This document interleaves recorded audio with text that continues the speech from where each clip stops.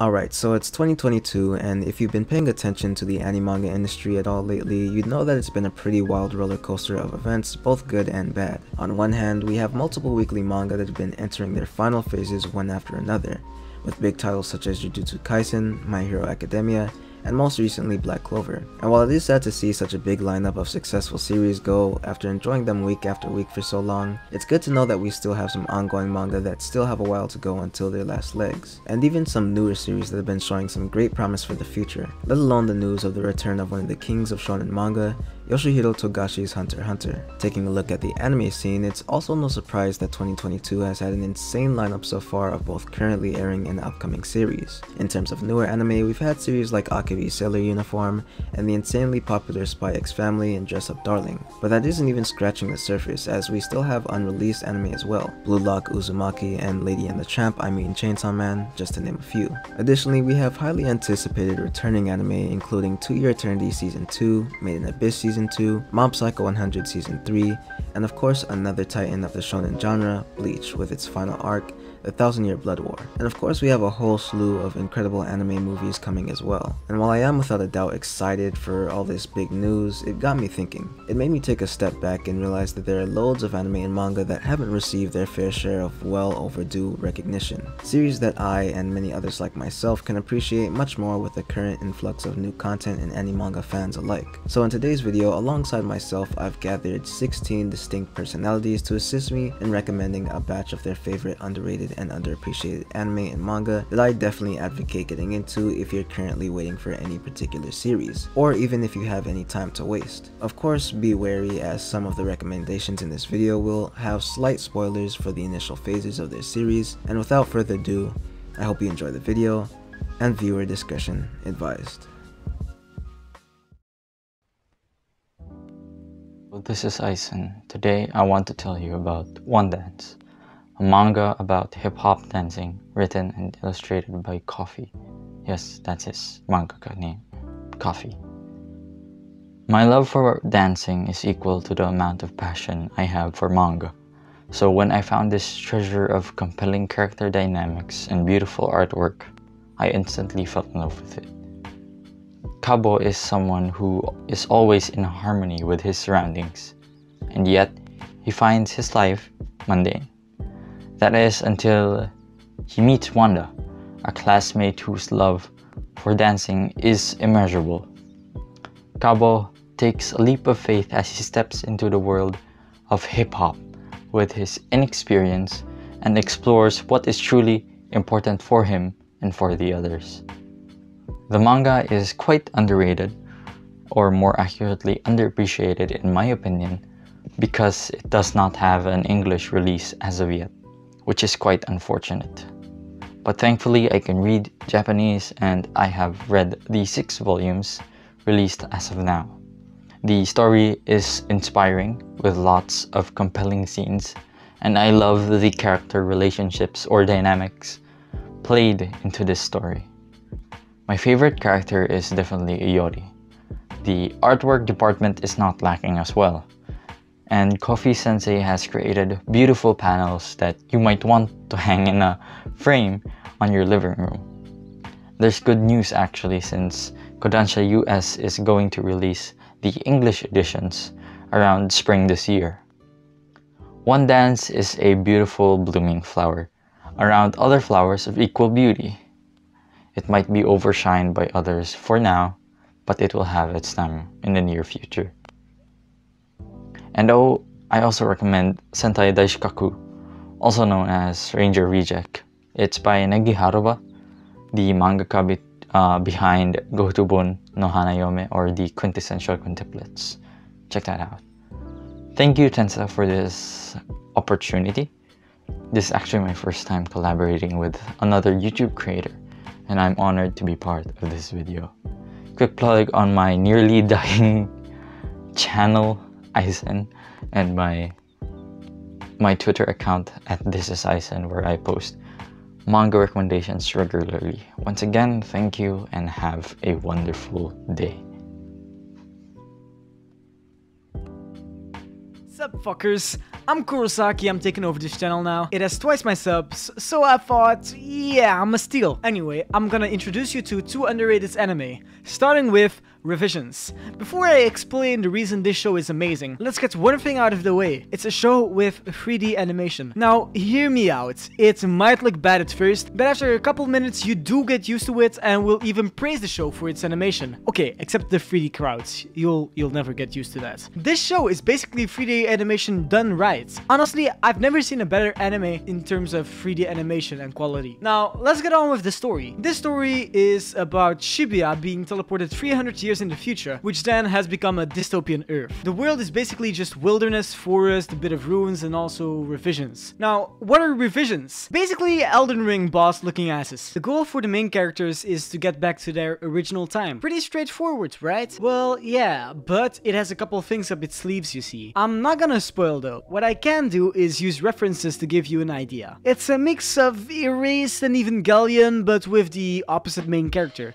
The best part of the show is the action. It has funny moments and also its serious moments like in every show, but it does a good job to balance both out, so overall it's very underrated, so I mean check it out. Anyway, I think I'm almost running out of time, so let's get to the second one. Interspecies Reviewers.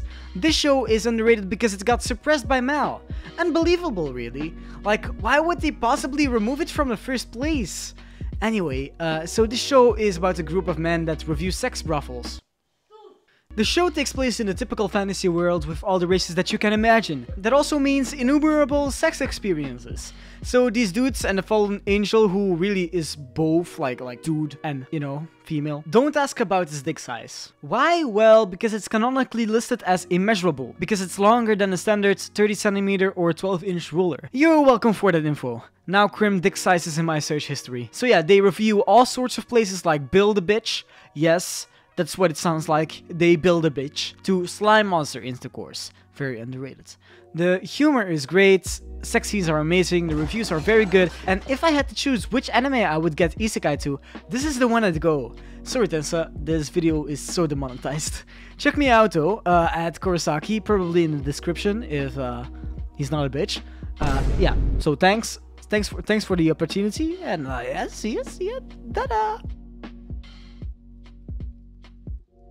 Hey Tensa, so my pick for the most underrated anime slash manga has got to be, without a shadow of a doubt, Ouran High School Host Club. By far the best, most seminal comedy shoujo. Now I know what you're saying. Oh, Kreams, you just said it's the best, most seminal. That's not really underrated, and yes it is. I mean specifically the manga, because the anime, as people may or may not know, deviates heavily from the manga to the point where it's almost an entirely different canon by the end. With that being said, the manga offers way more, a deeper, rich understanding of all these characters, their relationships, their dynamics, as well as all their goals and aspirations, and by far one of my favorite love stories of all time with Tamaki and Orihi. Oh my god, did I forget her name? Oh my god, dude, I'm a fake fan. Yikes. Anyway, but yeah, that's my pick. Thanks for having me in the video, dude. Read Ouran, especially if your name's Broken Ronin. So help me, dude. Oh, yeah, read Ouran. Thanks for watching. Subscribe to him. Subscribe to Tensa.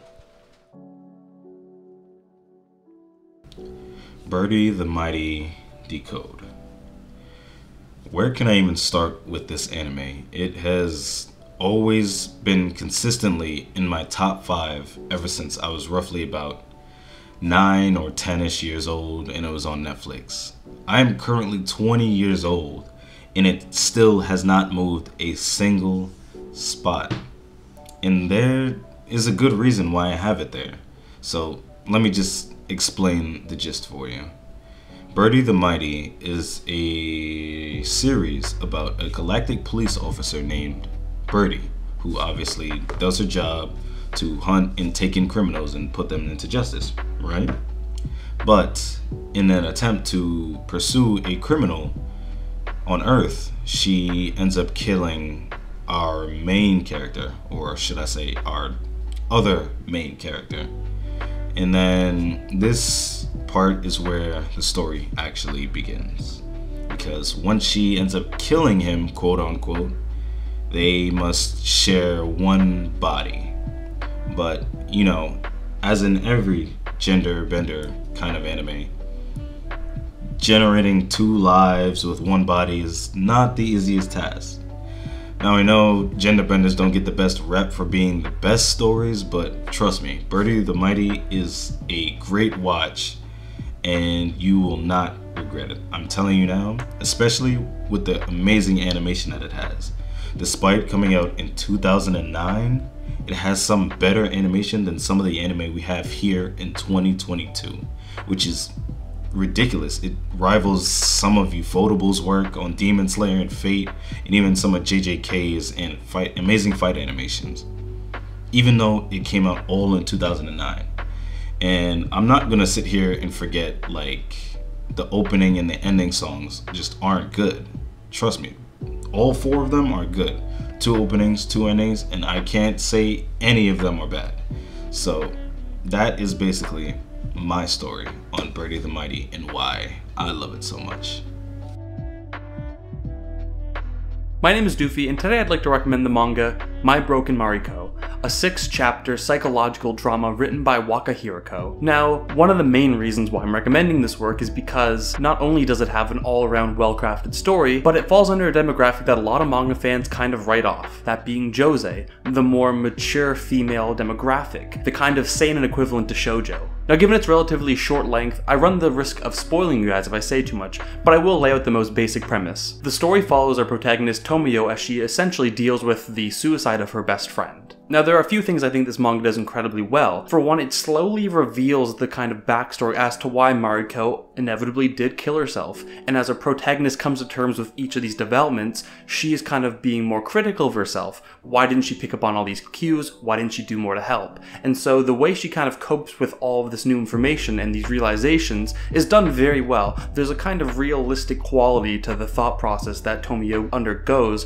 as she thinks to herself, why didn't I notice this? We as the reader really get to see the pain that Tomoyo experiences as she thinks of herself as a bad friend for not realizing a lot of what was going on. Now, for better or for worse, I think that the manga does a good job depicting how exactly Tomoyo responds to this pain. There are moments where, tonally, what we find is a rather goofy moment when we should be experiencing something a little more serious, but in the grand scheme of things, I think it's very realistic to see why somebody would resort to humor in moments of despair. It's a coping mechanism, and although it can create some tonal dissonance, these moments are far and few in between, and I think ultimately, at a conceptual level, we can appreciate that for, again, this kind of added level of realism, even if it does come at the expense of the tone of a scene. All in all, this manga is incredibly introspective, and if you're interested in this kind of psychological drama, then I highly suggest reading My Broken Mariko. After all, it's relatively short length, it's of a demographic that many aren't exposed to, and I'm sure there's something that a lot of people can take away from this manga. And if that's not enough to convince you, just take a look at some of the art.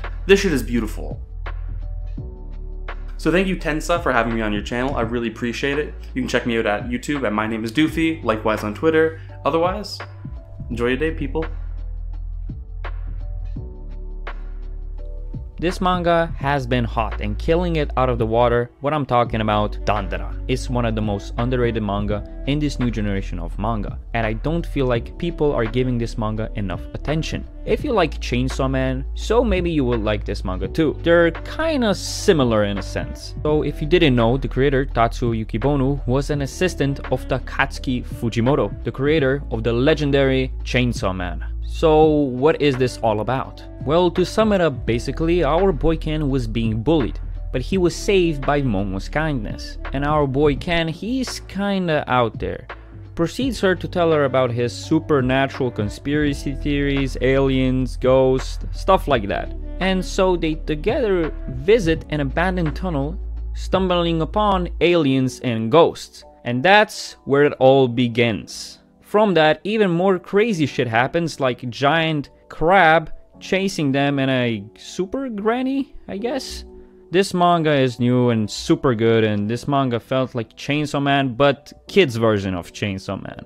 And the art, let me tell you, it's phenomenal.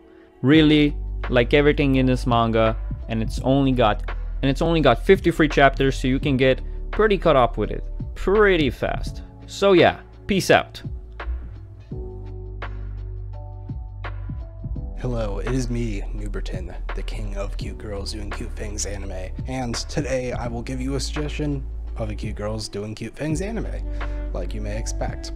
But this one is very much not like one would expect from one of those shows, and that one I'm talking about is School Live. School Live is very interesting as it takes place in the zombie apocalypse of all things, and our main character pretty much has psychological trauma that makes it so she still thinks everyone's alive, everything's fine and dandy, and life's just going on as normal. The rest of the characters are trying to survive and kind of deal with the problems that come out of her having such delusions. This may be for good or bad things, and the show really tackles that with a lot of its dramas.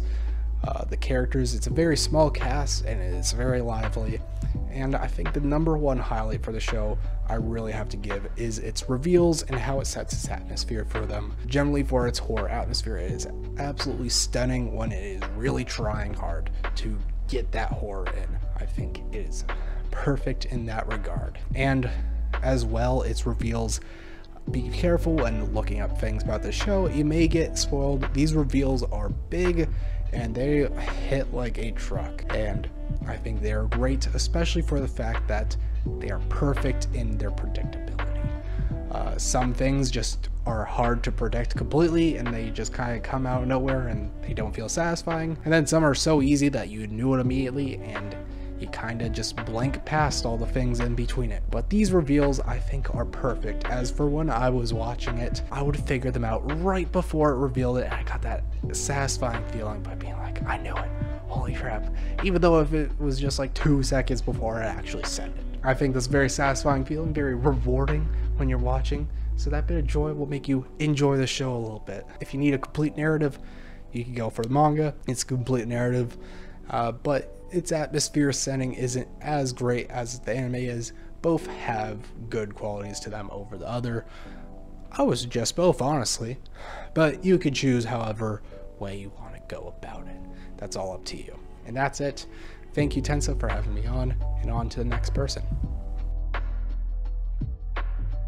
So for underrated anime I'm actually gonna pick for this video is When We Cry, or Higurashi When We Cry. Depends how you say it, I guess. The reason why I think it's underrated is because it doesn't really spoon feed you the answers to the questions that you want to know, right? Because with the first adaptation, there's many questions. Why does the restart happen? How does it happen? Who's the one actually restarting and reliving all this? What's like the actual like disease, which they eventually do talk about it. But all the questions we've had in the first adaptation, they do get answered. It took over 10 years for it to get answered, for the people anime only, of course. It took us a very long time to actually get the answers, and when we did get the answers, they decided, you know what, let's make it more complicated by introducing a brand new looper. Of course, if you watch the show, you'll understand what I'm talking about. When they try Go and Sotsu, they introduce a brand new looper, which they didn't technically introduce a brand new looper, but she was always there.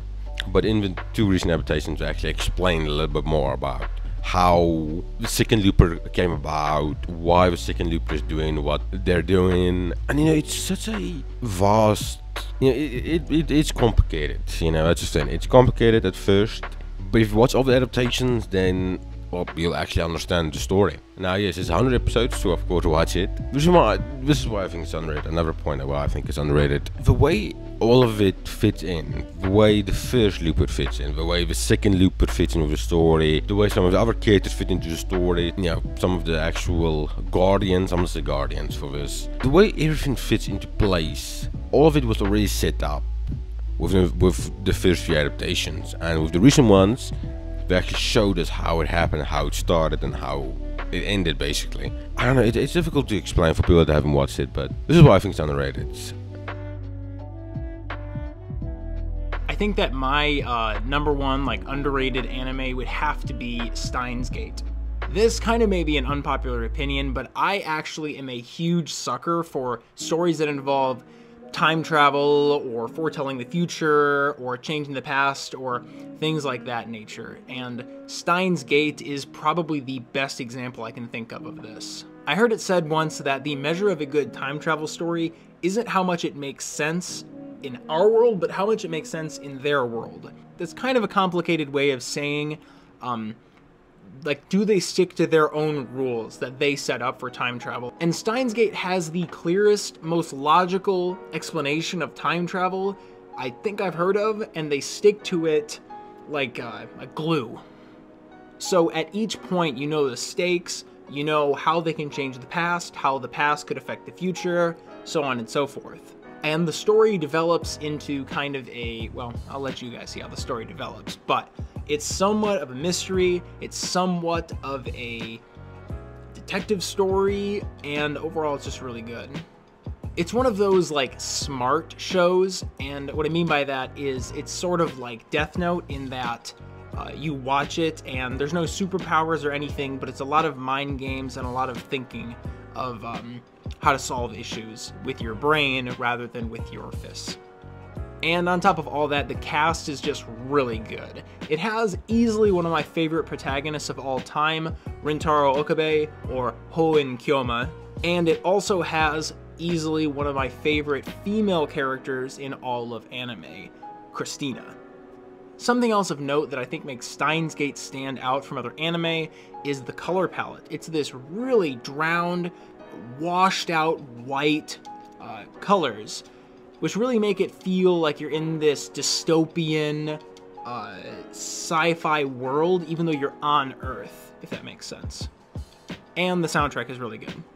Overall, Steins Gate is a show I see far too little people talking about. Hopefully I'll be able to make a video about it on my channel at some point, but you guys should definitely check it out. Aldnoah.Zero is probably one of the most underrated shows in recent times. Its concept is pretty simple. Mars comes to fuck shit up. In a time when the Earth engaged in war with Mars, now called the Diverse Empire, the destruction of the moon caused a cataclysmic event known as Heaven's Falls. It basically destroyed most of the planet and halted the war. 15 years in the future, and now, the Princess of Mars, Asylum vs. Lucia, comes back to Earth as a way of peace. But political warfare and assassination plots engaged again the 15-year Cold War. This is basically all the plot you need to know for Aldnoah.Zero, cause I swear, if you stick with it and try to watch the first episode, you won't stop until you finish the whole fucking show. I swear, this series is hype as fuck, man. And of course it is. Written by Gen Urobuchi, the same guy that created Madoka Magica, Psychopass, Fate Zero, Aldnoah comes with a certain quality certificate. The Butcher comes back at it again with a story that's convoluted in its complexity, but in a good way. Every character hits, and when someone dies, and I swear, people will fucking die, every death lands, and hard, bro. You had two sides of the story. Inaho Kaisuka, your typical grade A student who also is a master piloting mecha in the side of Earth, and Slain Troyardo, an Earthling that now works for Mars' side, and the self-proclaimed #1 simp of the Martian Princess. The main characters are very interesting. They act as typical students who are military trained. Here is everyone's duty to know how to do two things: chew bubblegum and kick fucking Martian ass. Inaho is one of the smartest MC I ever seen. I swear this guy can butt fuck both like Yagami and Lelouch if he wants to. The presentation is incredible, the character designs are really solid, the animation and framing is fantastic, the battle sequences are amazing. I know, anime mecha are weird, fuck me I guess, but this one is special. The CGI is not intrusive, heck the mecha aren't as distracting as the Titans in the new Attack on Titan season. Speaking of which, the GOAT, Hiroyuki Sawano, the composer of Attack on Titan, is the one working on this show, so you already know, this shit is insane, man. The OP and the ending are a bop. It has arguably one of the strongest first episodes ever. Like, this shit slaps, man. You have no excuse to try it. It also has the best final episode ever. I remember it blew my mind back in 2014, and it blew it again last week when I rewatched it. And remember kids, it only has 12 episodes, nothing more. Just 12. 1 to 12. There's no war in Ba Sing Se. There's no season 2 of Aldnoah.Zero. Anyway, watch it. Bye bye, back to the video. Blue Lock is a criminally underrated manga that just needs more love, man. This manga is just perfection. Blue Lock is a sports manga did with football, so if you grew up with football, it makes the manga experience just that much better. But hey, even if you don't like football or just never played it that much, you can still respect it as the characters and main character are really interesting, and the whole concept of the manga is just that cool. Blue Lock follows the narrative of Isagi, the main character, who just wants to win his football game to get into nationals, and he gets into this insane 2-on-1 with only the goalkeeper left. Now, he has two options. Imagine a quick time decision in a game. The first option is to just try and score by himself, but him scoring is a 50-50. And the other option was to pass it to his teammate, and it would be a guaranteed goal. What do you think he did? Well, he did the second option to secure that goal and to go on to nationals, or it would have been a one-way ticket to nationals if the guy didn't fucking miss the goal. And when they lost the game, and Isagi is just pissed off, I mean, it makes sense, I'd be pissed off too. He then goes home and gets a letter from the Japanese Football Association, telling him to come on down to Blue Lock, where some guy tells him to fuck your teammates, and in football, you only need yourself. So then he goes to Blue Lock facility to train and to become the world's best football player, not only in Japan, but the world. But this facility is a bit weird. This manga just throws the typical power of friendship and all that typical shonen out the window, and it's really cool to see how the mindset of Isagi changes throughout the show. This manga is definitely a must read for sports/anime manga fans, as there aren't many good football animes and mangas, especially football animes, and if there are, they're just usually terrible. If you're not a fan of the manga, don't worry. It's announced that in June 2022, Blue Lock will be adapted to be an anime. See ya. Hello everybody, I'm the Anime Bro here, and an anime that I really think people should get into is Persona 4. Now I'm a Persona fan, so I really enjoy the Persona series as a whole. But the reason why I want to talk about this one specifically is because it's a really good watch, and by far is a really cool anime to get into if you're not familiar with the Persona series. Now in this show, it blends two genres, a murder mystery one and a slice and life one. If you like shows that build up characters and also talk about struggles that people go through in everyday life, then this is a show that actually is good for you. All the characters, both main and side, have their own struggles that they have to go through and try to overcome it in any way they can. Now if you enjoy a murder mystery, this is also a pretty good one. It has many times where the characters actually think they have caught the murderer, when it turns out that there's actually more clues and eventually realize they got the wrong person. If you really enjoy slice and life, I would give this a watch. It is by far a really good slice and life. If you really enjoy murder mysteries, you should also give this a watch. It has a great mystery, and I was honestly shocked at who did all the killings. And yeah, that's all I have to say. Thank you Ten Zashinra for actually having me on this collab. It's a really fun thing, and I really hope people can get into the Persona series. As always, I am the Anime Bro, and see you guys later. Peace! Tower of God is one of the best stories I've ever experienced. It has some of the best world building and lore that I've come across in any series and can just leave you speculating on what's to come for days on end. The premise of the story is simple, yet there's so much room left open for almost anything you could imagine to happen. So it starts out by following our main character Bomb. He's a special entity known as an irregular because unlike almost everyone else, he was born outside of the tower. And because he was so special, he forced the gates of the tower to open, entering on his own accord. But regardless of how you enter the tower, once you're in, the goal is to go from floor to floor to eventually get to the top. Each floor has an administrator and you have to pass some kind of test to get to the next level. But mind you, even though I'm saying floor, each level is its own completely unique world, with some floors even being the size of continents and super expansive, fully explorable worlds. So with all that said in place, our main character Bomb goes on a grand adventure to reach the top of the tower with his friends. But we quickly realize that there's more to the tower than you would initially think. There are different factions within the tower, mainly those who support the current king of the tower, Jagaaan, and those who aim to bring him down. And at that point, the story completely takes off. It's no longer just about competing in some arbitrary competition to get to the top, it's about every character's motivations and how they can use the rules of the tower to accomplish them. There's so many more things I could say about the power system or the rules of the tower or the beautiful plot progression, but I'm gonna leave all of that up to you to discover, so please read Tower of God. My Hero Academia meets Among Us the anime. I would like to recommend an anime known as Talentless Nana, but before I do, I think the best way to watch it would be to go check it out before this recommendation. The reason I say this is because this recommendation will spoil the first episode. Because for the first episode, we follow our main character, Nano, in a world where people are born with these powers called talents, going to a special school, yet he is talentless. And then we have Nana, a new exchange student, to join the special school. They are enlisted in the school because the state of the world makes it so that they train superhumans to fight monsters known as the enemies of humanity. The classic hero story, with a cool, post-apocalyptic environment. The whole first episode shows us a day in Nana's life, until at the final moments, where it is revealed that Nana was an enemy of humanity and kills Nana. This is one of the best uses of the first episode and a false protagonist I've ever seen. This story quickly turning into a cat and mouse detective anime where a true main character, Onodera, hunts down Nana while she slowly kills the other students. Together, slowly exposing the truth behind the lives they live and their true purpose. One of the most underrated anime I've ever seen. I recommend Talentless Nana.